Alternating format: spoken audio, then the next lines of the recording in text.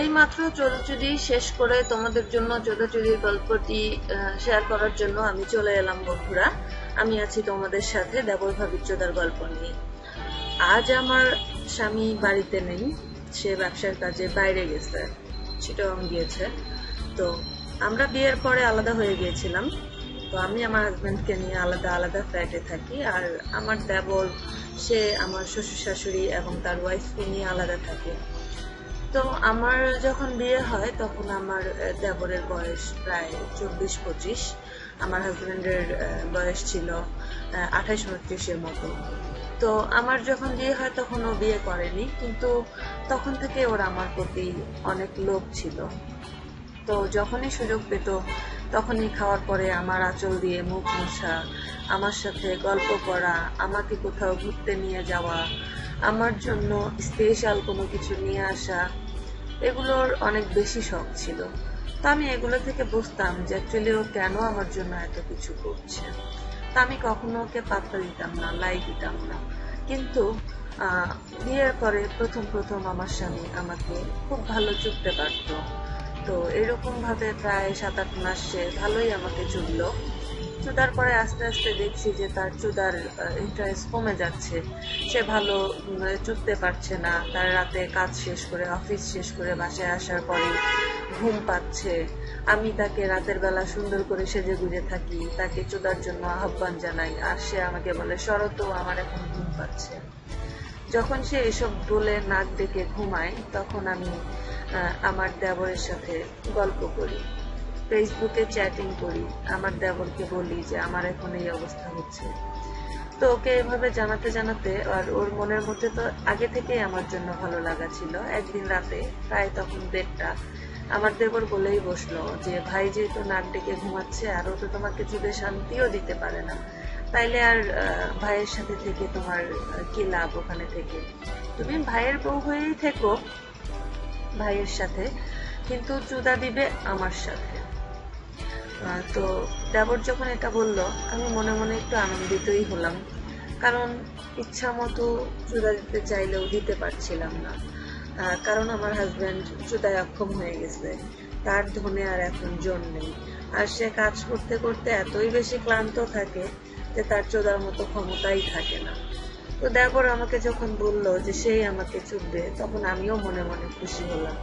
তখন আমি ওকে বললাম যে আজ নয়, তাহলে আমরা নেক্সট ডে থেকে চোদাই স্টার্ট করব, আর আমি তোমার ভাইকে ঘুমের ওষুধ খাইয়ে ঘুম পাড়িয়ে রাখবো।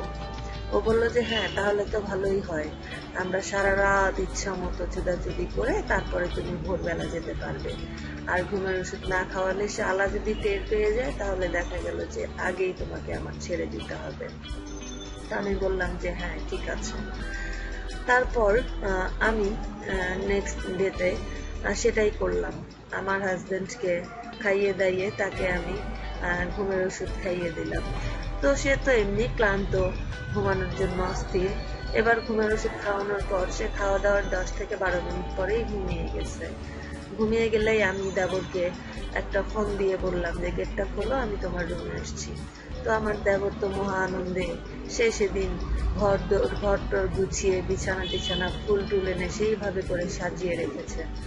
তারপরে আমি খুব সুন্দর করে নাইটি পরে সুন্দর করে রেডি হয়ে চলে গেলাম দেবরের ঘরে। সেদিন আমি আগে থেকেই বাল চুল কেটে পরিষ্কার করে রেখেছিলাম, দেবর যেন ইচ্ছা মতো জিভ দিয়ে আমার ভোদা চেটে দিতে পারে। তারপর দেবরের ঘরে গিয়ে ঢুকে ঘরটা দেখে আমার আরো বেশি উত্তেজনা বেড়ে গেল। কি সুন্দর গোলাপের গন্ধ, আর আমার দেবরটাও কি ইয়াং টকবগে। আমি ঘরে যেতে না যেতেই ও দরজাটা বন্ধ করে দিয়ে আমাকে জড়িয়ে ধরে আমার গালে কিস করলো। কিস করে আমাকে জড়িয়ে ওর বিছানায় বসালো, বসিয়ে বলল সেই বিয়ের দিন যখন তোমাকে নিয়ে এসেছে, তার আগেই তো তোমাকে দেখেছি, কিন্তু যখন তোমাকে শাড়ি পরা অবস্থায় আমাদের বাড়িতে নতুন করে ফার্স্ট দেখলাম, তোমার দুধ দুটি দেখলাম শাড়ির নিচে কি টকবগে হয়ে রয়েছে, তখন থেকেই আমার মাথায় মাল উঠে রয়েছে ভাবি, কখন তোমাকে চুদবো ভাবি। কিন্তু কোনোভাবেই আমি আসলে সুযোগ পাচ্ছিলাম না। এতভাবে তোমাকে বোঝানোর চেষ্টা করলাম, কিন্তু তুমি কোনোভাবেই বুঝতে চেষ্টা করলে না যে আমি তোমাকে কতটা চাই। দেবর আমাকে যখন এসব বলছিল তখন আমি দেবরের মুখের দিকে তাকিয়ে রইলাম।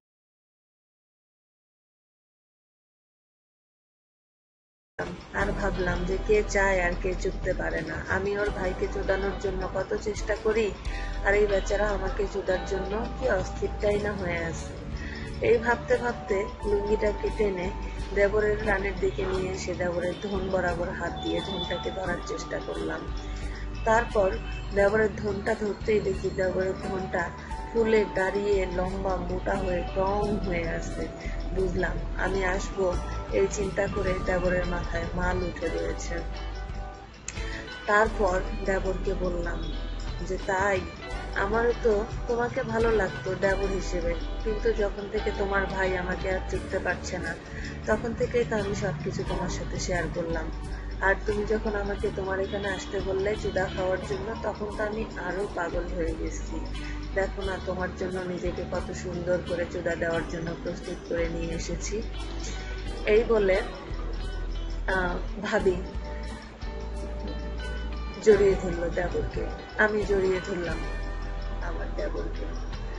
তারপর দেবরকে জড়িয়ে ধরার পর দেবর এবার কাত করে ভাবিকে বিছানায় শুয়ালো। বিছানায় শুয়ে ভাবির বুকের দুধগুলোতে হাত দিয়ে নাড়াচাড়া শুরু করলো। নাড়তে নাড়তে তারপর মুখের সাথে মুখ ঠেকিয়ে ঠোঁট দুটি চুষতে শুরু করলো। যখন সে ঠোঁট দুটো চুষতে শুরু করলো, তখন আর ভাবির উত্তেজনার শেষ নেই।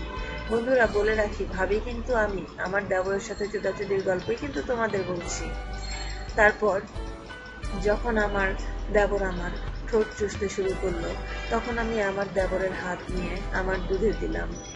আমার দুধ দুটোকে ওর হাতের মধ্যে দিয়ে আমি ওর হাত দুটো ধরে চাপতে থাকলাম। তারপর চাপতে চাপতে আমার দেবরকে আমি আমার দু পায়ের মাঝখানে পা দুটো ফাঁক করে নিয়ে এসে আমি নিচের দিক থেকে দেবরের ধন আমার ভোদার মধ্যে বসতে লাগলাম। এর মধ্যেই দেবর ফটাফট আমার নাইটির বোতামগুলো খুলে দিয়ে কোমরের বেল্টটাও খুলে দিল। খুলে দিয়ে একেবারেই খালি করে দিল আমার বুকটা। খালি করে দিয়ে ওর খালি বুকের সাথে আমার বুক ঠেকিয়ে নিল।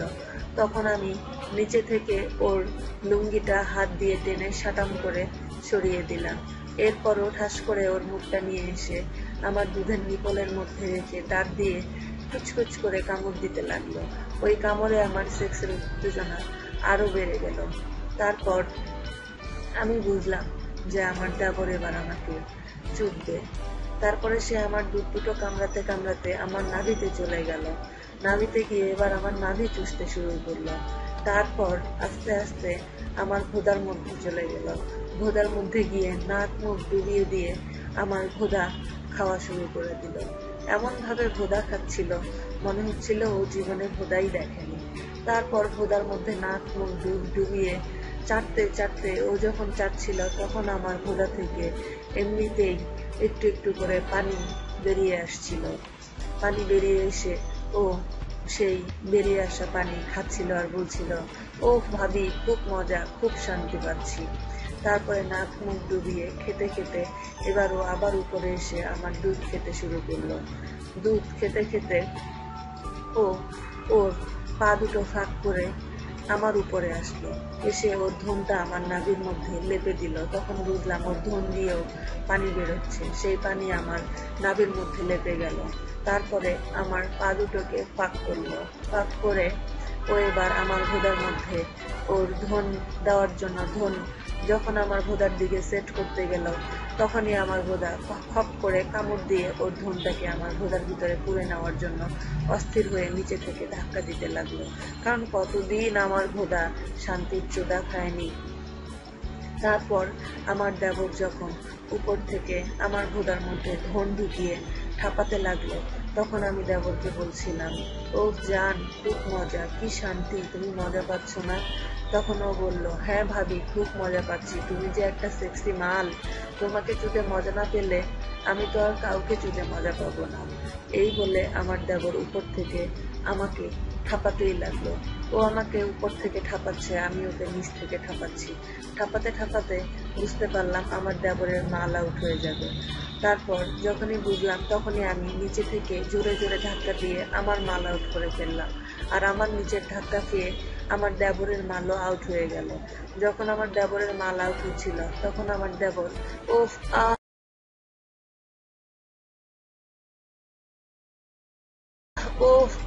করে চিৎকার করছিল, চিৎকার করে করে আমার খোদার মধ্যে ওর পানিটা ঢেলে দিল। ঢেলে দেওয়ার পরে ও আমার বুকের উপরেই পড়ে রইল। তো বন্ধুরা, আমি জেসিকা শবনম ছিলাম তোমাদের সাথে বাংলা চটি গল্প থেকে।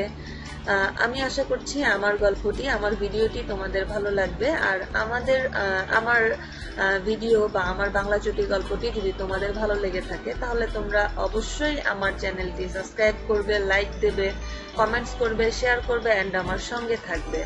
আর তোমরা কে কি রকম চটি গল্প শুনতে পছন্দ করো সেটা আমাকে কমেন্টস করবে, আমার সঙ্গে থাকবে। তাহলে আমি তোমাদের পছন্দ মতো চটি গল্প নিয়ে আসব। আর তোমাদের পছন্দ মতো চটি গল্প নিয়ে আসলে তোমরা অবশ্যই আমার সঙ্গে থাকবে। আর হ্যাঁ বন্ধুরা, তোমরা সবাই অবশ্য আমার চ্যানেল সাবস্ক্রাইব করো, লাইক দাও, কমেন্টস করো, শেয়ার করো এবং আমার সঙ্গে থাকো। এই জন্যই আমি তোমাদের জন্য নতুন নতুন গল্প নিয়ে আসি। আর আমার অনেক বন্ধুরা আমাকে কমেন্টস করে বা আমাকে গল্প পাঠায় বা আমাকে অনেক গল্প দিতে বলে। তো আমি সবার গল্প শেয়ার করতে পারি না বা দিতে পারি না বা সবার কথা রাখতে পারি না, এই জন্য আমি আন্তরিকভাবে দুঃখিত। তবে হ্যাঁ বন্ধুরা, আমি ট্রাই করি তোমাদের সকলের কথা রাখার জন্য। আমি অবশ্যই যাদের কথা রাখতে পারি না তাদের জন্য আগামীতে নতুন করে তাদের গল্পগুলো নিয়ে আসার চেষ্টা করব। তোমরা শুধু আমার সঙ্গে থেকো, আমার গল্পগুলো শুনো, শেয়ার করো, কমেন্টস করো, সাবস্ক্রাইব করো, লাইক দিও, এতেই হবে। তো ধন্যবাদ বন্ধুরা আমাকে সময় দেওয়ার জন্য। ভালো থেকো তোমরা সবাই।